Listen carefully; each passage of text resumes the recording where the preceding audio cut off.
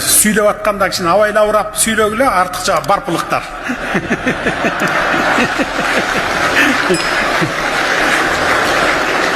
Дагы бир эскерте кете турган нерсе, süйлөп анан кийин 1 мүнөт. Жардамчылар, министрлер менен областтан келген өкүлдөрдү губернаторлор чакыргыла отурсун бияга элди. Жогору жакта областын өкүлдөрү, Министрлер.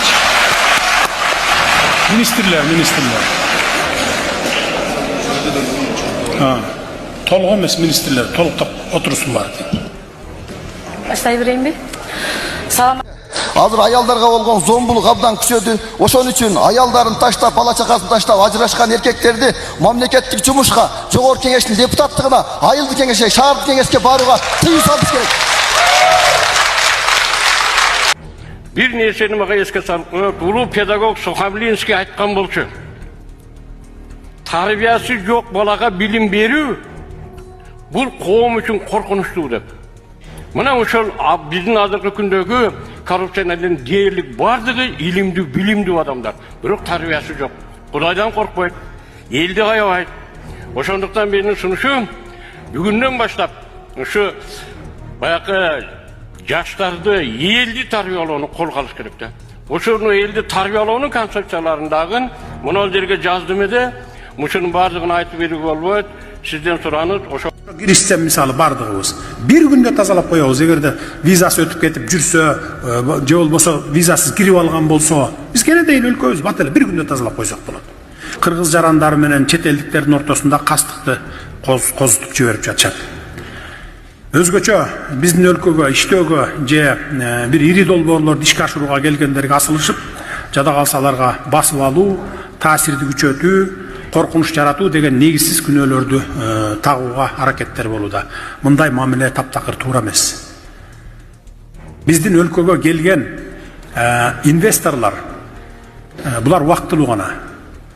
Иштеп келгендер да убактылуу гана. Алар өмүр бою бул жерде калып калбайт. Жумуш бүтөт, кетет. Мына буга чейинки мисалдарды келтирейин. Түндүк түштүк альтернативдүү жолун курду, Датка кеминди курду. Бишкектен баштап Торгартка чейин, анан Көлгө чейин курду. Бүт барын куруп бүткөндөн кийин алар калып калдыбы? Бирөө калган жок да. Виза менен келет, рабочий виза менен. Иштеп бүтөт, кетет. Мына азыркы бүгүнкү жүргөндөр да ошондой болот. Чоң-чоң долбоорлорду иштейт, бүтүрөт, кетет. Алар өмүр бою калып калбайт. Калып калгандарды биз бир күндө тазаласак болот. Биз Россия же Америка эмеспиз, бир учунан экинчи кыйырына чейин көз жетпегидей өлкө болгондой. Айыл өкмөттөн баштап, участковойлордон баштап бардыгын ушу министрликке чейин мен өзүм кошо киришсем мисалы бардыгыбыз бир күндө тазалап коебуз. Эгерде визасы өтүп кетип жүрсө, же болбосо визасыз кирип алган болсо, биз кенедейин өлкөбүз бат эле бир күндө тазалап койсок болот. Ошон үчүн андай провокацияларга көп алдырып жибербеңиздер. Кече жакында министрлер кабинетинин башчысы Адылбек Алешевич 50%дан кем эмес көтөрөбүз деп жарыя кылды эле. Биз кеңешип, өкмөттүн кече күнү менин кабинетимде кеңешип, өкмөттүн чама чаркын кайрадан карап чыгып, эмгек акыга кошумча бир ставка 15.000 сом өлчөмүндө президенттик компенсациялык төлөм киргизүү менен эмгек акыларын орточо 100%га көтөрсөк болот экен. Ошентип көтөрөлү деп чечтик.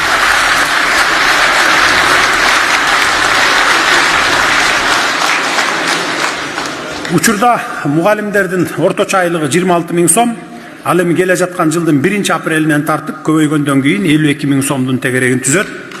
Мугалимдердин айлыгы негизинен алардын билим деңгээлине, педагогикалык иш стажына, квалификациялык категориясына, аймактын жайгашкан жерине, окуткан сабагына жана жумалык саат жүктөмдөрүнө жараша аныкталат. Шаар жергесиндеги орто билим берүү мектебине педагогикалык орто билими бар, бирок педагогикалык стажы жок жаңы келген мугалимдин эмгек акысы 2026 жылдын 1-апрелинен тарта 36.800 сомду түзүп, салыктык жана социалдык чегерүүлөрдөн кийин колуна таза 31.200 сомдун тегерегин алат. Жаңы келген мугалим, студент болуп бүтүп келген мугалим.